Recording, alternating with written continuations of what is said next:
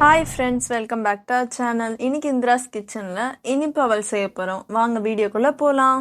1 cup அவல், 1/2 cup வெல்லம், 10-15 முந்திரி, 1 கப் துருவின தேங்காய்.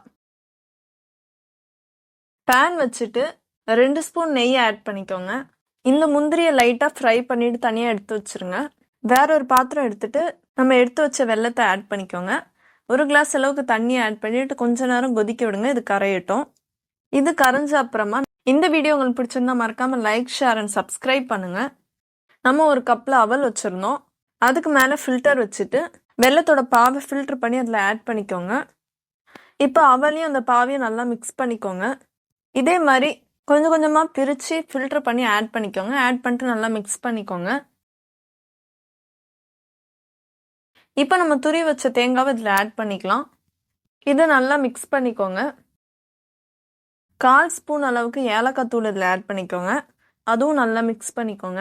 இப்போ ஃபைனலாக நெய் ஊற்றி முந்திரியை ஃப்ரை பண்ணி வச்சுருந்தோம், அதை இதில் ஆட் பண்ணிக்கலாம். டேஸ்ட்டாகவும் ஹெல்த்தியாகவும் அவல் ஸ்வீட் ரெடி ஆயிடுச்சு. நீங்களும் ட்ரை பண்ணி பாருங்கள். நெக்ஸ்ட் வீடியோவில் பார்க்கலாம்.